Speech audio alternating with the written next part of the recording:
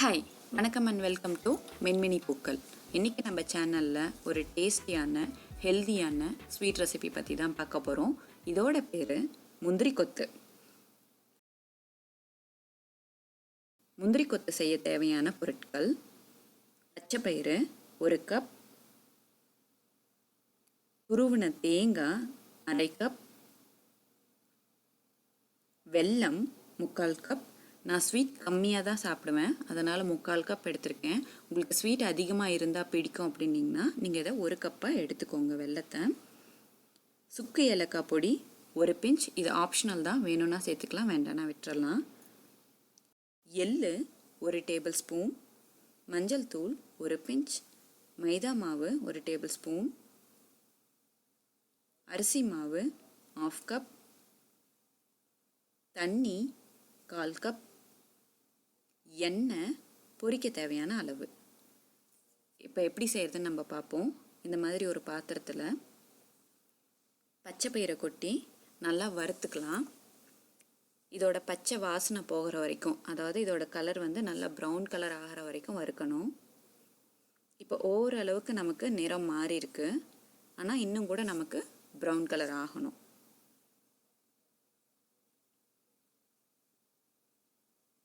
இப்போ பாருங்கள், எனக்கு நல்லாவே நிறம் மாறிடுச்சு.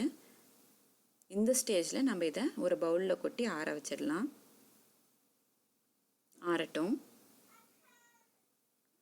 இப்போ இதே பாத்திரத்தில் நம்ம துருவின தேங்காவையும் சேர்த்து வறுத்துடலாம். 2 டேபிள் ஸ்பூன் நெய் அப்படி இல்லாட்டி எண்ணெய் விட்டு நம்ம துருவி வச்சுருந்த தேங்காவை கொட்டி அதோட கலர் லைட் ப்ரௌன் கலர் ஆகிறது வரைக்கும் வறுத்து எடுத்துக்கோங்க.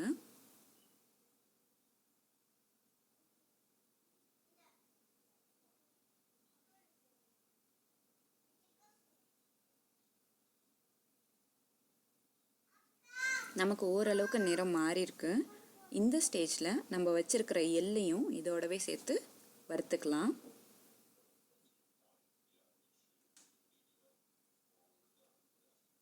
எள்ளு சேர்த்ததுக்கப்புறம் நிறைய நேரம் நம்ம இதை வறுக்கணும்னு அவசியம் இல்லை, இது சீக்கிரமாகவே வறுபட்டுடும்.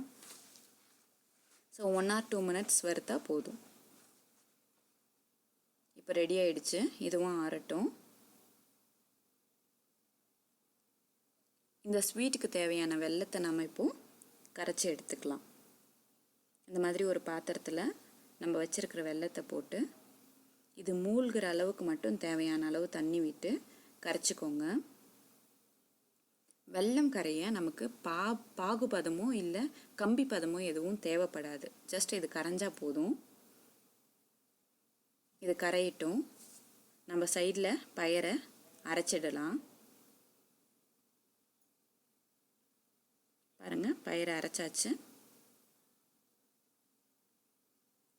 இது கையில் நீங்கள் இந்த மாதிரி எடுத்து பார்த்தீங்கன்னா சின்ன ரவை பதத்துக்கு நம்ம கையில் தட்டுப்படணும், நரன்ட்டு.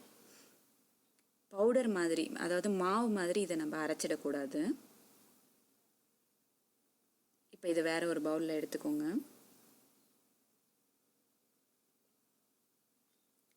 இப்போ இந்த அரைச்ச பயிரோட நம்ம வறுத்து வச்சுருக்கோம் இல்லையா தேங்காய் எள்ளு, இதை சேர்த்துடுங்க. கூடவே அந்த சுக்கு ஏலக்காய் பொடியும் சேர்த்துட்டு இதை நல்லா மிக்ஸ் பண்ணிவிடுங்க.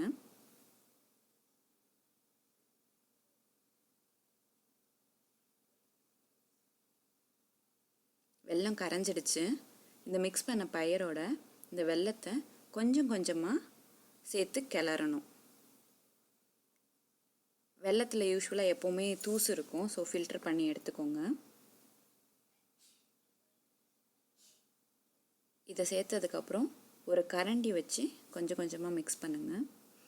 மொத்த வெல்லத்தையும் ஒரே டைமில் சேர்க்கக்கூடாது, ஏன்னா நமக்கு இது கையில் எடுத்து பிடிச்சு பார்க்கும்போது உருண்டை பிடிக்கிற அளவுக்கு அந்த பதத்துக்கு நம்ம வெல்லம் சேர்த்தா போதும். அதனால் கொஞ்சம் கொஞ்சமாக வெல்லத்தை ஃபில்டர் பண்ணி சேர்த்துக்கோங்க. இந்த மாதிரி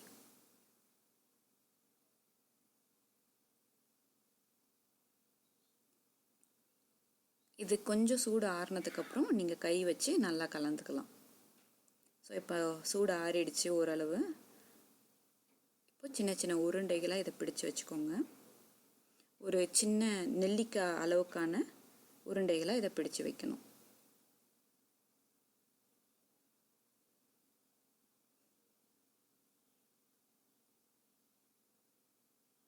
இது எல்லாம் ரெடி ஆயிடுச்சு. இதை ஒரு 1 மணி நேரம் அப்படியே நம்ம வச்சிடலாம். அப்போ தான் நம்ம மாவில் நனைச்சி எடுத்து போடும்போது இது கரையாமல் இருக்கும். இப்போ நம்ம மாவை கரைச்சி எடுத்துக்கலாம்.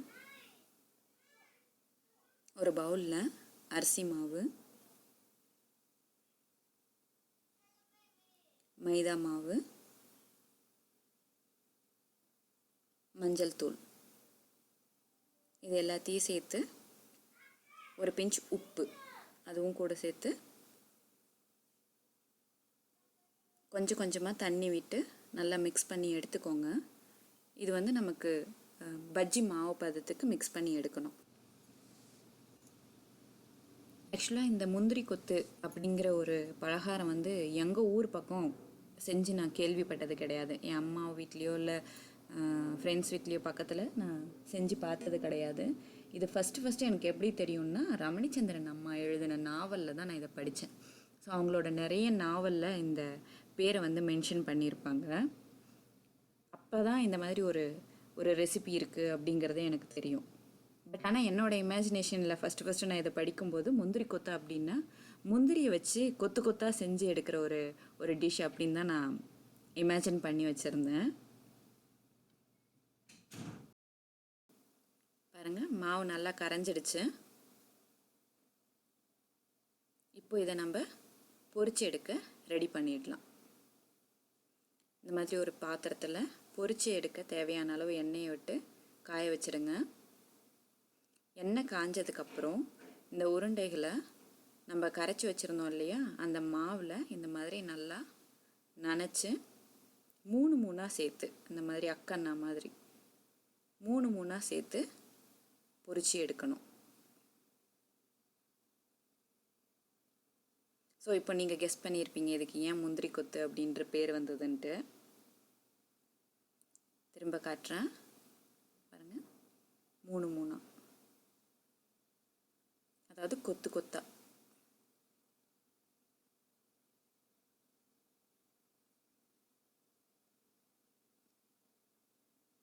இது வேகட்டும். இது ரொம்ப நேரம் நமக்கு வேகணும் அப்படின்றது அவசியம் கிடையாது. ஏன்னா உள்ளார இருக்கிற ஸ்டஃபிங்ஸை ஏற்கனவே நம்ம நல்லா வறுத்தாச்சு. ஸோ இந்த மேலே இருக்கிற மாவு மட்டும் நிறம் மாறுற வரைக்கும் இதை நம்ம பொரிச்சு எடுத்தோம்னா போதும். இது 1 வாரத்துக்கு நமக்கு கெட்டு போகாது. நம்ம ஃப்ரிட்ஜில் வைக்க தேவையில்ல, வெளியே வச்சுருந்தே சாப்பிட்லாம், நல்லாயிருக்கும்.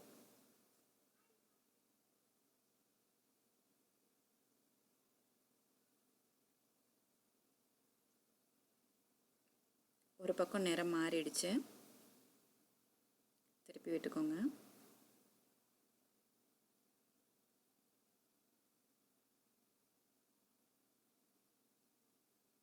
இப்போ பாருங்கள், எனக்கு 2 பக்கமும் நல்லா நிறம் மாறிடுச்சு. இந்த ஸ்டேஜில் நம்ம இதை எடுத்துடலாம்.